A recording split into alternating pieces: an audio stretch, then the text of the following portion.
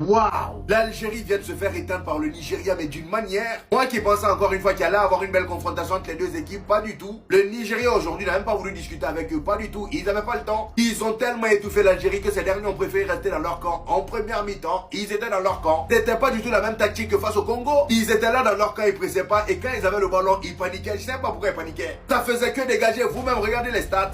En première mi-temps, 0 tir au total. Pas tir cadré, 0 tir au total. Et en deuxième mi-temps, en espérant au moins un petit sursaut d'orgueil, pas du tout. Toujours 0 tir cadré. Il a fallu que Bounedjah rentre en jeu pour qu'ils aient leur premier tir cadré. Et le Nigeria, footballistiquement parlant, les amis, il faut qu'on en parle. Ils avaient l'air tellement déterminés et confiants sur le terrain aujourd'hui que ça en devenait flippant. Regardez le premier but. Sur un magnifique centre d'Onyemaechi sur le côté gauche, Osimhen réussit à s'isoler au deuxième poteau. Il saute, il met la tête tranquillement. But. Juste après ça, à la 58e minute, le même Victor Osimhen sur un magnifique contre du Nigeria. Tellement le gars est physique, il tue un défenseur de l'Algérie, regardez-le par terre. Il arrive devant la surface à 1 contre 1 avec le dernier défenseur de l'Algérie. Il aurait pu partir tout seul, sauf que non. Encore Adam s'était mieux placé. Il lui fait la passe, le gars se retrouve face au gardien. Il aurait pu tirer, et bah non, il a préféré dribbler le gardien. Il dribble le gardien et il fout le ballon dedans, 2 buts à 0. Et ce qui est fou dans tout ça, c'est qu'ils auraient pu marquer plus de 4 buts aujourd'hui dans ce match. Il y a même un but du Nigeria qui a été sauvé sur la ligne en première mi-temps. Bref, des occasions, ils en ont eu. Maintenant, moi, la question que je me pose, c'est comment le Maroc va s'en sortir face à eux là. Et j'espère vraiment que cette fois-ci, les arbitres vont nous laisser tranquilles, laissez-nous profiter du vrai football. Déjà qu'aujourd'hui aussi, il y a eu des décisions bizarres d'arbitrage. Et pour ce match Maroc-Nigeria, s'il vous plaît, faites-nous plaisir.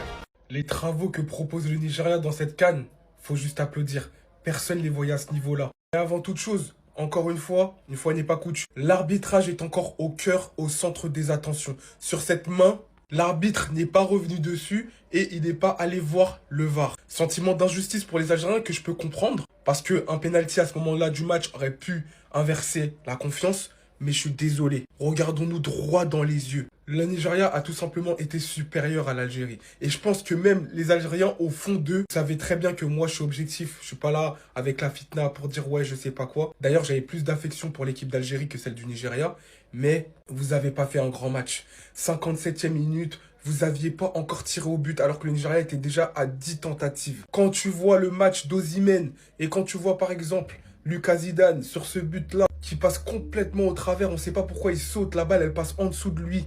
La construction sur le deuxième but du Nigeria, c'est du haut niveau. Je pense que la marche était un peu trop haute pour l'Algérie, surtout que l'Algérie n'était pas dans un grand soir. À l'image de son capitaine Riyad Mahrez pour son dernier match, qui a vraiment pas fait le meilleur match de sa carrière internationale, et c'est dommage. Mais pour moi, Petkovic, il s'est trompé.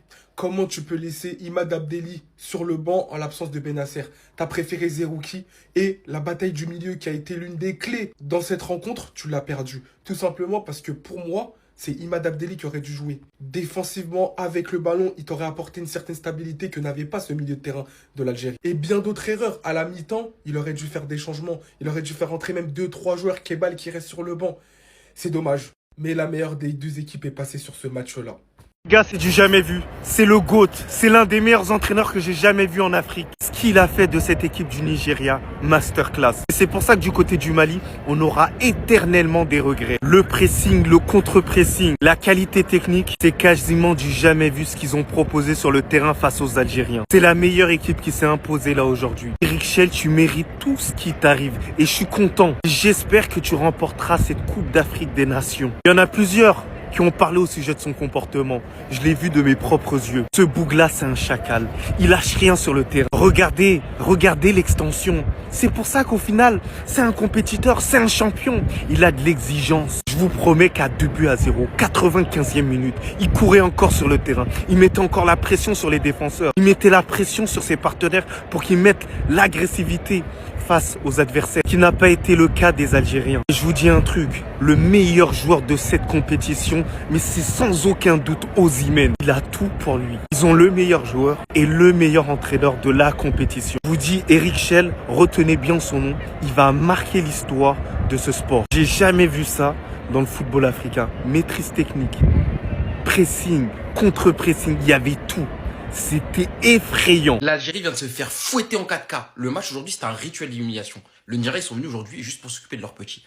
Limite, ils vont les accompagner à l'aéroport, direction Alger. Une image vaut plus que 1000 mots. L'adversaire est tellement hard que ton défenseur finit à genoux et ton gardien finit en PLS. En fait, c'est une dinguerie. Dans tous les secteurs du jeu, le Nigeria était vraiment au-dessus de l'Algérie. Défensivement, au milieu de terrain surtout, hein, zéro qui, nul, vraiment nul. Et offensivement, mené encore une fois par un Victor Osimhen, impeccable aujourd'hui.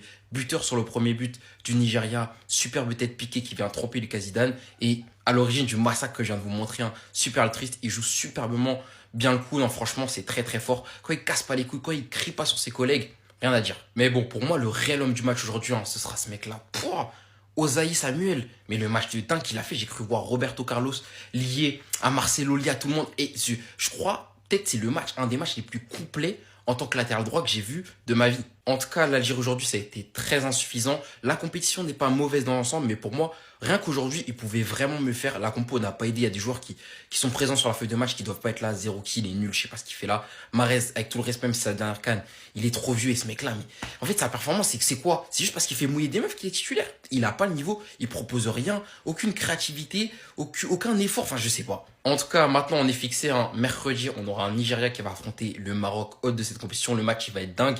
Et moi, mon pronostic, c'est que le Nigeria, franchement, je les vois mal se faire arrêter par le Maroc, à part par l'arbitrage.